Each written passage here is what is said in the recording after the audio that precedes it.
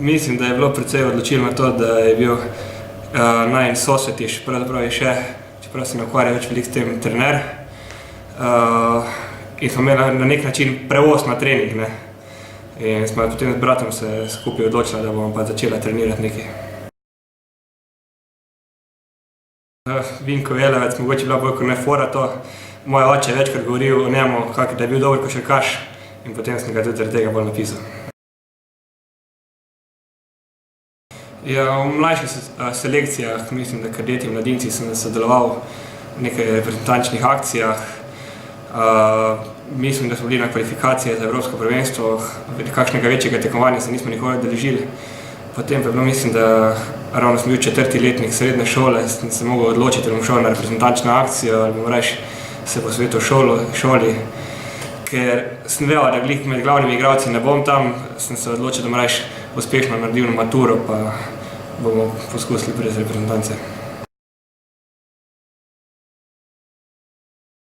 Pravzaprav sem bil kar precej presenečen, da sem bil povabljen na ta dogodek. Na koncu sem me bivši trener takrat prijavil še na tekmovanje za bijanju, kjer sem ga na koncu zelo osvojil, tako da vse skupaj bil res en lep spomin. Nagrada je bila zelo zanimiva, glede na to, da zdaj imajo razne PlayStatione in denarne nagrade. Jaz sem takrat dobil, se spomnim dobro, da sem dobil vrečko klobas. Sicer so bile klobase super, ampak vseeno mislim, da če bi gledal vrednost, mislim, da so zdaj nagrade malo večje. Jaz sigurno ne bi nič škodila kakšna kila več, tudi pri košarki bi prav prišla. Mislim, da ima z bratom oba malo po očetu postavil, tudi oče ni ravno nekaj grozno veliko kilogramov nima, ampak bolj kot ne, zdaj sem se že bolj kot ne sprijaznil s tem. Verjetno, ko bomo nehali tako aktivno igrati košarko, bo tudi kak kilogram gor prišel. Ulična košarka, to je predvsem za zabavo. Zanimivo, najboljše je to, da se prijatelji, kot drugače nekateri niti ne igrajo košarko tako redno, da se dobimo, da se zabavamo skupaj.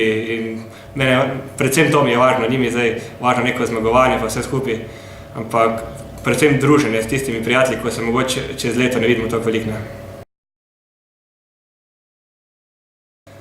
Nekega strašnega pritiska ni, sigurno grozne razlike ni.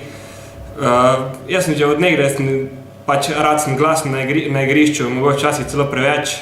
Rad motiviram svoje igralce, tako da mogoče tudi zaradi tega so me potem izbrali za kapetana. Drugače pa neke bistvene razlike pa sigurno ni. Ja, ta moj ščitnik za zobe sem začel nositi predvsem zaradi tega, ker sem mi zob zbil, to je že na treningu. Takrat sem se odločil, da ni več za jebancije, ker pač zobi so samo meni, pa tudi dragi so predvsem novi potem. Tako da je pa zna biti počasih problem, ker je pa malo težje govoriti z njim, tako da so se bolj mogli soigralci privarjati na mene, ne pa na kakšno drugačno izgovorjava, kakšne besede. To je moja poškodba rame, se že vleče par let, potem pa odvisno vsako leto. Neko leto imam srečo, mogoče malo manj, drugo je pa več. Letos na začetku smo šli na priprave v Srbijo in sem dobil neugoden udarec v ramo in od takrat se mi letos že vleče to. Tako da, ne vem, malo trener me zajebava, da takrat, ko me je bolj rama bolela, da sem več začel zadevati. Tako da, ne vem, jaz sicer mislim, da ni kaj veliko na temo, samo ni problema, me lahko še malo boli, če bom zadeval naprej.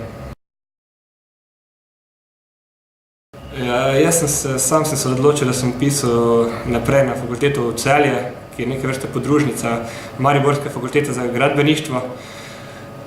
To sem se odločil, da se lahko malo naprej usklajujem košarko pa študij.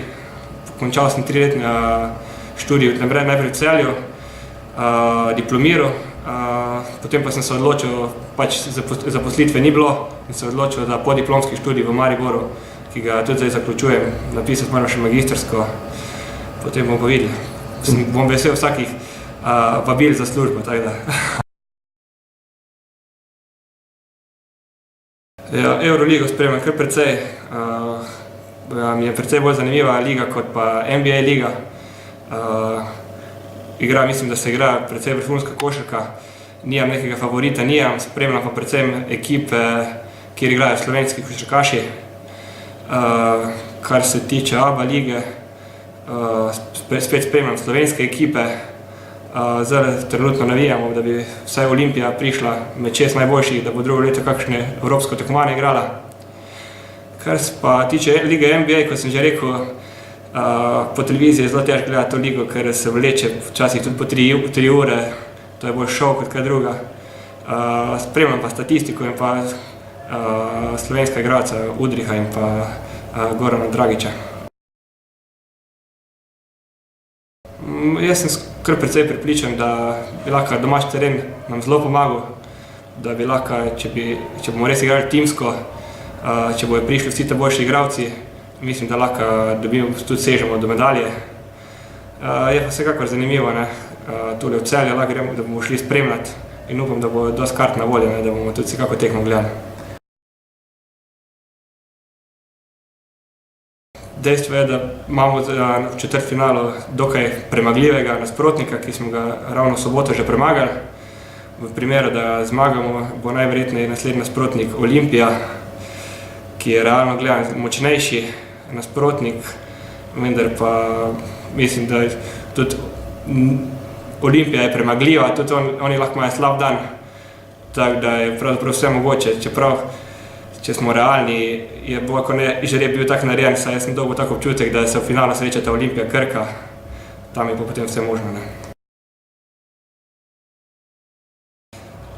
Zaenkrat vse kaže, da bo v Ligo prvakov se uvrstilo Laščani, Helios, Maribor in mi. So pa razlike tako majhne, da se pa kar hitro v 4 krogih se lahko še kar precej spremeni.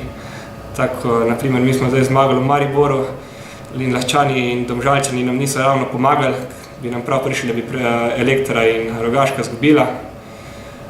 Tako da, spravim, zdaj so razlike zelo majhne in je po eni strani prav, da se tudi Domžalčani in Mariborčani še lahko malo bojijo za vstop med 4.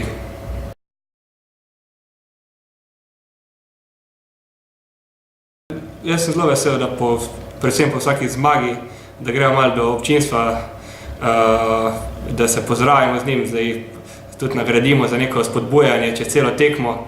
Mislim, da tudi občinstvo, mislim, da ceni to, tako da mislim, da bomo s tem še kar nadaljevali.